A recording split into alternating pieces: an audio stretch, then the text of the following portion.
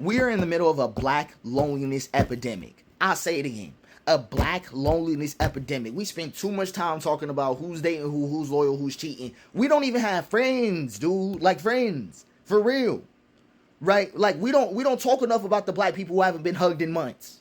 Who are rooms full of people and still feel emotionally homeless. We don't talk about them too long. And the thing is that they're in situations where they're everyone's emotional resource, but no one's emotional home. There's group chats full of memes, but no one checks in deeply. Friends who only reach out when they need inspiration, not accountability. They're holding space for everyone, but not being held by anyone.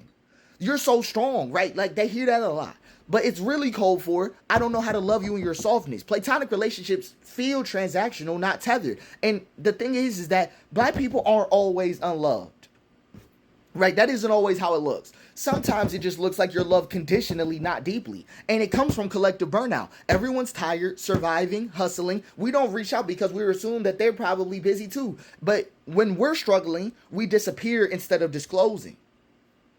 You see what I mean? When we're struggling, we choose to disappear instead of disclosing. And this causes internalized strength culture. We were taught to be strong, not soft. I got me became the anthem. I got me, but not out of power, out of necessity. Okay, different things going on right here. So friendships end up becoming performance-based, humor-coded, and trauma dumping but never repair building. But trauma dumping, that's what the state of it looks like. And it really comes down to this.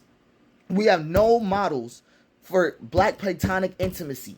No healthy models. The black media, right? Not even black media, because they don't really be made by us all the time. But media shows black friendships as drama, betrayal, gossip, comic relief. But rarely do we get to see black men hugging, black women resting together, friends choosing each other with care, not competition. And it ends up feeling like you're visible but not seen, celebrated but not safe, liked but not understood, always giving, always funny, always wise, but no one asks if you're okay. And loneliness isn't just a lack of people. That's what I'm trying to get y'all at. It's not just a lack of people.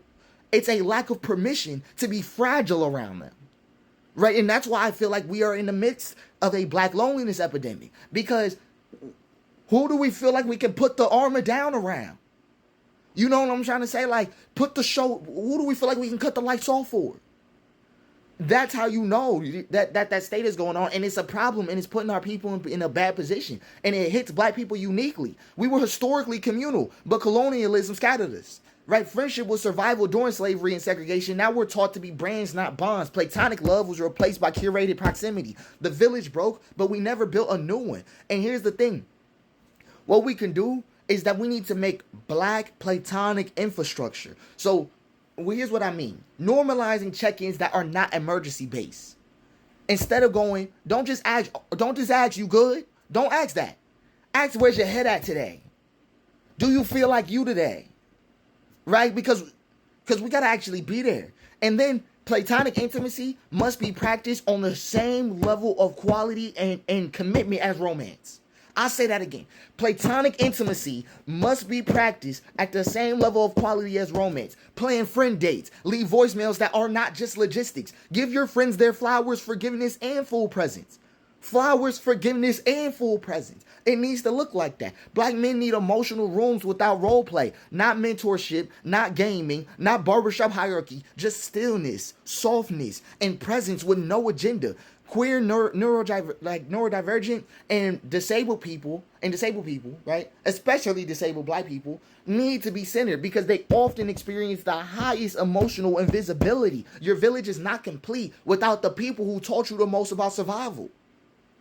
Period.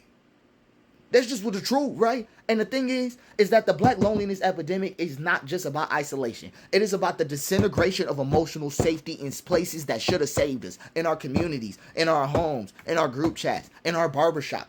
That's the problem, right? Like people think like, oh, my child lonely. I'm gonna just get him outside. He not around nobody who can hear him out.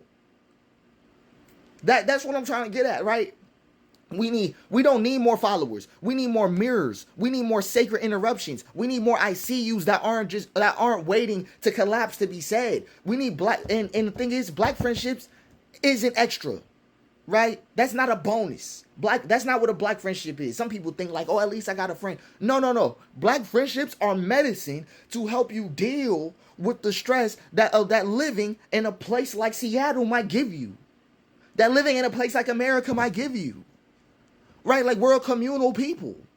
And the thing is that we've been put in this situation and no one's talking about it with the same type of grit. And I hear it all the time. Like, they go like, oh, it's a male loneliness epidemic. But no one's ever willing to talk about it with black people for some reason. Shit pisses me off. I don't know. I don't know. It's just one of them things where I'm like, I hear it all the time. Oh, I don't got nobody to hang out with. Oh, I got all these interests and I got nobody to talk to about them. And really, you're mourning the version of yourself that might have had the chance to share that with someone. And the problem ain't that you got all these ideas and no one share it with. The problem is that you're in the middle of mourning and you should have a friend.